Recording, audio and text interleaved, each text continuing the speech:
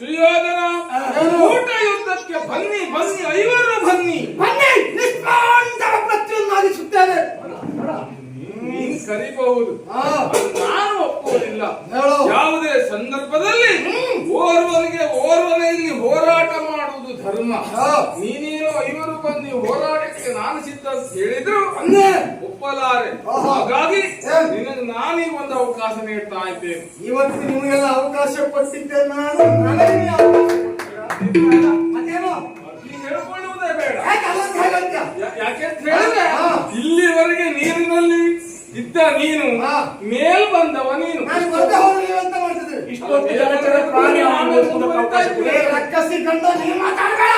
ಅಲ್ವಾ, ನೀನು ಮೇಲೆ ಬರ್ದೇ ಇದ್ರೆ ಮುಂದೆ ಏನ್ ಮಾಡ್ಬೇಕು ಅನ್ನೋ ನಿರ್ಧಾರ ಇತ್ತು ನಮಗೆ. ಅದು ಮುಖ್ಯ ಅಲ್ಲ.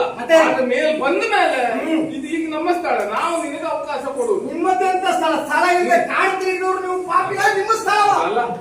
ಐವರೆಗೂ ಬನ್ನಿ ಅಂತ ಅವಕಾಶ ನಾನು ನಿನಗೆ ಕೊಡ್ತಾ ಇದ್ದೇನೆ. ನಮ್ಮ ಇವರಲ್ಲಿ ಓರ್ವನನ್ನ ಆಯ್ಕೆ ಮಾಡಿಕೊಳ್ಳುವಂತ ಸ್ವತಂತ್ರತೆ ನಿನ್ನದ್ದು. ಐವರಲ್ಲಿ ಒಬ್ಬರನ್ನ ನೀನು ಸ್ವತಂತ್ರತೆಯಾಗಿ ಯಾರನ್ನ ಗೆದ್ದೆಯೋ ಆಯ್ಕೆ ಮಾಡಿಕೊಂಡು ಹೋರಾಟದಲ್ಲಿ ನೀನು ಗೆದ್ದೆ ಅಂತ ಆದ್ರೆ ನಾವು ಉಳಿದ ನಾಲ್ವರು ನಿನ್ನ ಪಾದ ಸೇವಕರಾಗಿ ಉಳಿತೇವೆ.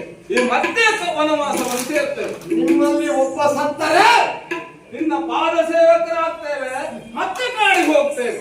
ನಕುಲ ಸಹದೇವರನ್ನು ಆಯ್ಕೆ ಮಾಡಿಕೊಂಡರೆ ಖಂಡಿತ ಸಿದ್ಧರಿದ್ದಾರಪ್ಪ.